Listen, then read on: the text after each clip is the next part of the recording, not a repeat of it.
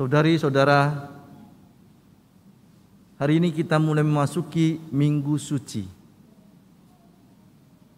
tapi juga minggu kontroversial. Kita sebut Minggu Suci karena pada akhir dari minggu ini, perjalanan mulai dari Minggu Palma, Hari Paskah, sampai dengan Hari Paskah, kita berpuncak kepada penyucian kembali martabat manusia. Sebelum Yesus menderita salib, menderita wafat di salib, berperang melawan iblis di alam maut dan bangkit, kita semua adalah budak setan. Setelah kejatuhan Adam dan Hawa dalam dosa. Tetapi dengan kematian dan kebangkitan Kristus, martabat kita sebagai ciptaan yang terindah, yang terbaik, dipulihkan kembali oleh Yesus. Kita diangkat kembali menjadi anak-anak Allah. Kita dikuduskan dan disucikan kembali melalui pembaptisan yang kita terima. Inilah perjalanan Minggu Suci satu minggu ini sampai dengan Paskah.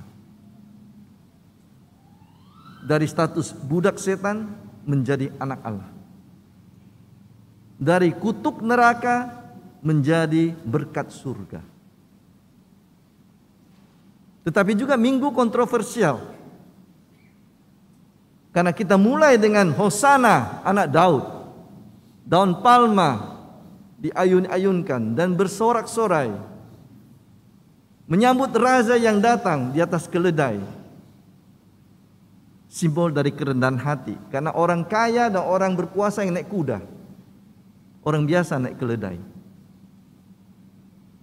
Tetapi seperti tadi dikatakan di dalam homili singkat, dalam kata pembuka, orang yang sama mengatakan Hosana anak Daud adalah orang yang sama mengatakan salibkan dia, salibkan dia, salibkan dia 3 kali.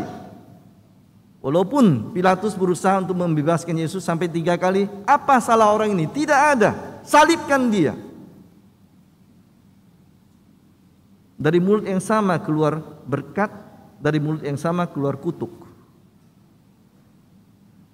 Tetapi Tuhan melalui kontroversi ini justru mau mengubah salib penghinaan menjadi salib kemenangan. Mau memberikan kesempatan kepada orang yang paling berdosa sekalipun untuk mampu kembali diangkat menjadi anak-anak Allah dengan pertobatan dan iman.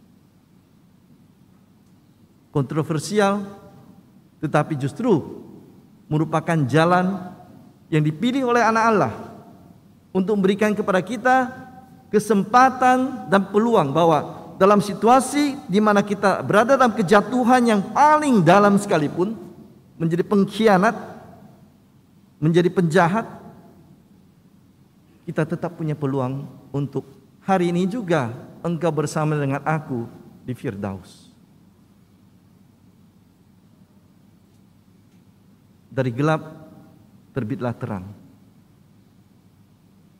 Dan itulah kasih Tuhan. Minggu kontroversial adalah minggu kasih Tuhan yang paling murni.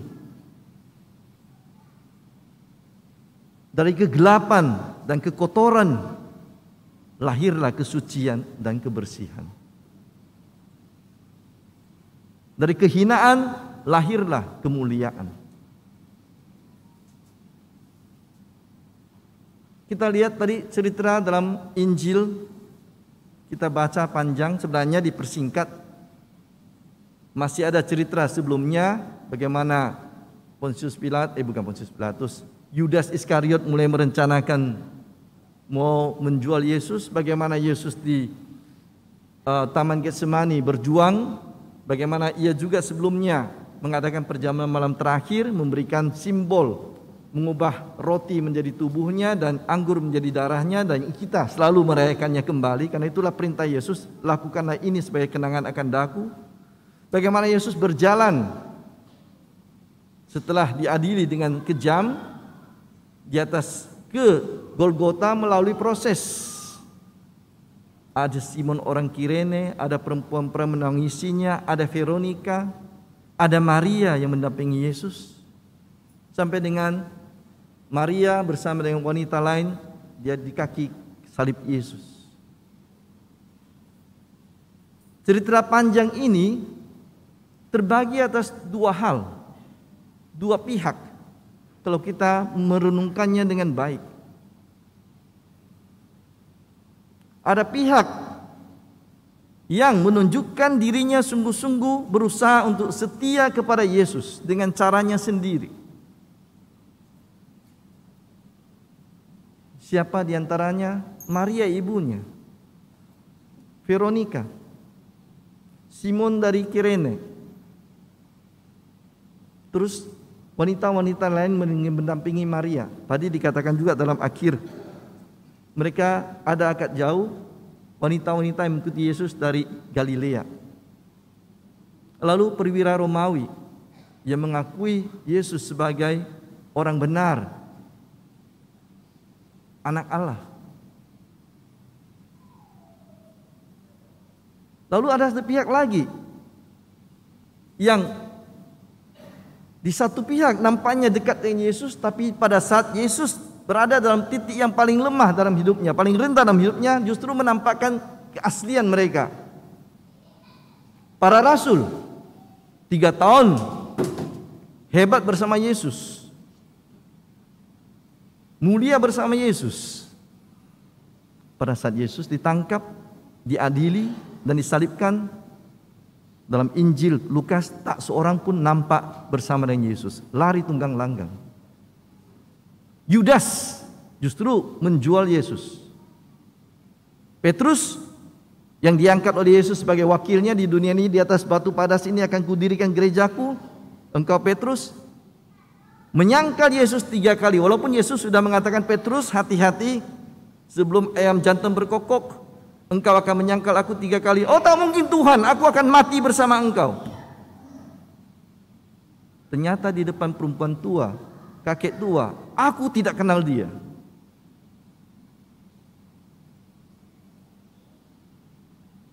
Ahli-ahli kitab suci yang tahu siapa Mesias, Raja Herodes, Pontius Pilatus yang baik tetapi tidak yakin dengan kebaikannya dan memperhitungkan posisinya, akhirnya menyerahkan Yesus. Rakyat tadi, ketika Yesus di atas, Hosana Raja Daud. Ketika Yesus ditangkap di bawah, salibkan dia. Dua pihak. Dan kalau kita lihat pribadi-pribadi pihak tersebut, kita mungkin akan heran. Yang memihak Yesus adalah orang-orang yang dianggap kelas 2. Orang-orang lemah yang disingkirkan. Lihat, perempuan di kalangan orang Timur Tengah saat itu, perempuan kelas 2. Simon orang Kirene, orang asing. Perwira Romawi, itu musuh Yesus. Tapi justru mereka yang pada saat Yesus dalam titik paling rendah dalam hidupnya ada bersama Yesus, menunjukkan bahwa mereka berani bersama dengan Mesias. Lalu pihak yang tadinya nampaknya posisinya tinggi, mulia, kuat, kemudian tiba-tiba hilang, bahkan mengkhianati dan menyangkal, adalah orang-orang yang tidak bisa kita bayangkan. Para murid 12 orang. Pilatus yang punya kekuasaan untuk mengatakan ya dan tidak, justru memilih tidak. Takut karena posisinya. Orang-orang yang tahu kitab suci justru mengkhianati pengetahuan mereka tentang kitab suci itu sendiri. Ini adalah pihak orang-orang yang kuat secara fisik, mulia secara ilmu dan harta, tapi dalam iman, dalam kepercayaan jauh lebih rendah daripada pihak yang dianggap kelas 2. Pada saat Yesus menampakkan siapa dirinya dalam posisi di atas salib itu. Saudara-saudari terkasih, bahwa hidup kita adalah pilihan antara pihak yang bersama dengan Yesus atau pihak yang membelakangi Yesus, atau bahkan juga sampai pada pihak yang menjual dan mengkhianati Yesus, menyangkal Yesus.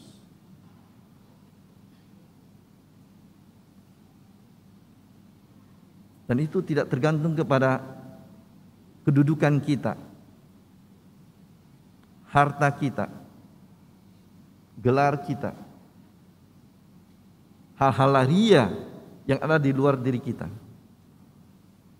Itu tergantung kepada bagaimana saya sungguh setia mengikuti Yesus atau tidak dalam hidup saya. Dan itu diuji bukan pada saat kita sedang mulia dan sedang bergembira. Itu diuji pada saat kita harus mempertahankan iman kita kepada Tuhan. Jangan sampai kita dipermalukan oleh perempuan-perempuan yang dipandang rendah. Jangan sampai kita dipermalukan oleh orang-orang asing yang kita anggap kelas 2. Orang-orang yang kita sebut dulu kafir. Daerah Kirene itu daerah luar negeri. Tentara Roma itu orang asing, penjajah. Itu para kafir itu. Kami orang terpilih, anak Allah. Tapi justru anak-anak Allah seperti Yudas, Petrus, para rasul, orang-orang Yahudi, bangsa terpilih, itulah yang menyalibkan Yesus. Kita ingin merayakan Paskah, kita ingin dikuduskan, diangkat kembali menjadi anak Allah. Maka tiada jalan lain bagi kita, tetaplah kita harus berendah hati. Seperti penjahat di atas salib, Tuhan, ingat aku orang berdosa ini. Seperti pungut cukai yang datang berdoa ke bait Allah, Tuhan, aku tidak berani mengangkat kepalaku, tetapi ingatlah aku orang berdosa ini. Orang-orang seperti ini ya membuat kita harus menundukkan kepala kita di hadapan Tuhan, bukan membusungkan dada kita. Aku berpuasa 2 kali sehari ya Tuhan, 2 kali sehari, 2 kali seminggu. Aku telah membuat banyak kebaikan, menyumbang sini sana, ikut dalam kegiatan ini itu. Imanku telah penuh. Kau kenal orang ini? Kamu juga orang Galilea? Aku tidak kenal dia. Berendah hatilah kita di hadapan Tuhan bahwa kita memang terus-menerus harus disucikan, seperti gereja juga terus-menerus harus disucikan. Paus, uskup, imam, religius, suster, brother, brother, dan kita semua orang-orang yang dikuduskan, tetapi harus terus-menerus dikuduskan dalam hidup kita. Karena itu tidak ada kata lain yang paling tepat untuk kita dalam hidup kita adalah pertobatan. Saya tidak akan jemu-jemu mengatakan pertobatan, bukan untuk kalian pertama-tama, untuk saya sendiri. Karena saya tahu di mana kelemahan saya tahu di mana kekurangan saya. Dan kita masing-masing tahu di mana kelemahan dan kekurangan kita sendiri. Mari kita mengisi minggu suci ini, minggu yang paling penting dalam iman kita. Karena pada puncak akhir minggu suci kita merayakan Paskah, dan kebangkitan Yesus adalah dasar iman kita.